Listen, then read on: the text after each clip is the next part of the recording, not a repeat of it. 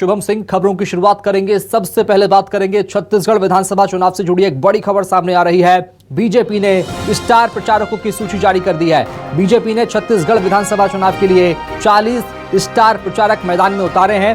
PM Modi सहित कई सांसद और कई केंद्रीय मंत्री के साथ साथ राज्यों के मुख्यमंत्रियों को भी इसकी जिम्मेदारी सौंपी गई है, जो चुनाव में प्रचार प्रसार करेंगे। उत्तर प्रदेश, मध्य प्रदेश और झारखंड के मुख्यमंत्रियों को भी स्टार प्रचारक बनाया गया है। पीएम मोदी, गृह मंत्री अमित शाह प्रचार करेंगे। इसके साथ साथ सीएम शिवराज सिंह चौहान, रमन सिंह, स्मृति ईरानी का नाम भी इस 40 स्टार प्रचारकों की सूची में शामिल है। नितिन गडकरी, राजनाथ सिंह, योगी आदित्यनाथ का नाम भी इसमें शामिल है। ये तमाम बड़े नेता प्रचार करेंगे छत्तीसगढ़ विधानसभा चुनाव के लिए। केंद्रीय मंत्री सिंधिया का नाम भी इसमें। नितिन गडकरी, राजनाथ सिंह समेत तमाम बीजेपी के बड़े नेताओं को इसमें जिम्मेदारी सौंपी गई है। इन तमाम बड़े नेताओं का नाम इस कैंपेनर वाली सूची में है। तो पीएम मोदी का नाम भी है, अमित शाह, राजनाथ सिंह, योगी आदित्यनाथ, सीएम शिवराज, डॉक्टर रमन सिंह समेत तमाम बीजेपी के दिग्गज नेताओं का नाम है। स्मृति ईरानी का नाम भी स्टार कैंपेनर की सूची में है। ये बड़ी जानकारी सामने आ रही है। नितिन गडकरी, राजनाथ सिंह, योगी आदित्यनाथ भी छत्तीसगढ़ में प्रचार करेंगे।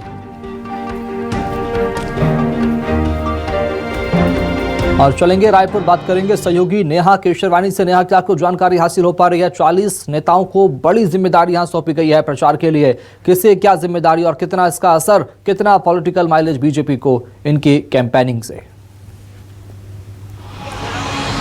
बिल्कुल, देखिए, भारतीय जनता पार्टी ने स्टार प्रचारकों की जो सूची है वो चुनाव आयोग को सौंप दी है। तकरीबन 40 नाम हैं स्टार प्रचारक के रूप में जो छत्तीसगढ़ में आएंगे और चुनाव प्रचार यहां पर करेंगे। सबसे महत्वपूर्ण है, पहले चरण का जो चुनाव छत्तीसगढ़ में 7 नवंबर को होना है।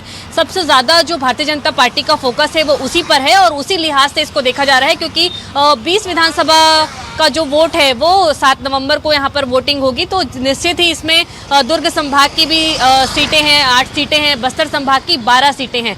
कुल 20 सीटों में से कांग्रेस के पास पूरी 19 सीट है और भारतीय जनता पार्टी के पास सिर्फ एक राजनांदगांव की सीट है।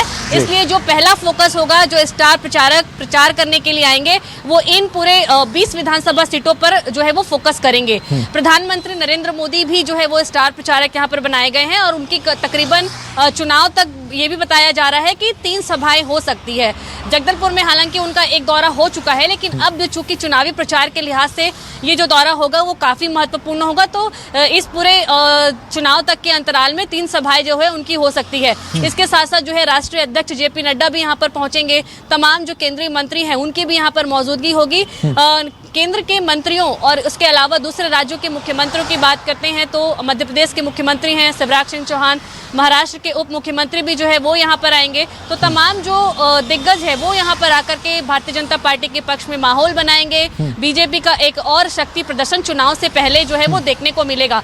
ये जो अभी सूची जारी हुई है वो पहले चरण की है, क्योंकि पहले चरण पर ही जो है वो भारतीय जनता पार्टी का पूरा फोकस है। और इसके पहले भी जब केंद्रीय गृह मंत्री अमित शाह चूंकि आज भी वो चूंकि बस्तर संभाग में ही वहां पर मौजूद है और आने वाले समय में भी लगातार इस संभागों में इनका जो दौरा है वो देखने को मिलेगा। इसके साथ साथ जो छत्तीसगढ़ के भी जो नेता हैं, सांसद हैं, मंत्री हैं, प्रदेश अध्यक्ष, नेता प्रतिपक्ष, तमाम लोगों को भी इसकी जो है जानकारी दी गई है। यहाँ पर जो पूर्व मुख्यमंत्री हैं डॉक्टर रमन सिंह जी निश्चित ही अपने विधानसभा क्षेत्र में चुनाव प्रचार करेंगे ही करेंगे। इसके अलावा जहां पर भारतीय जनता पार्टी कमजोर रही है वहां पर भी जो है वो चुनाव प्रचार करते नजर आएंगे। तो यहाँ एक अहम सवाल ये उठ रहा है कि ये सूची ऐसे वक्त में जारी की गई है जिसके ठीक एक दिन पहले सीएम भूपेश बघेल बीजेपी पर ये कहते हैं, आरोप लगाते हैं कि बीजेपी छत्तीसगढ़ में केंद्र के नेताओं के सहारे चल रही है, केंद्र के नेताओं के प्रचार के बदौलत यहाँ पर काम चल रहा है। और ठीक ऐसे वक्त में बीजेपी की सूची आना है, कितनी ताकत देता है सीएम भूपेश बघेल के इस बयान को और क्या नए समीकरण?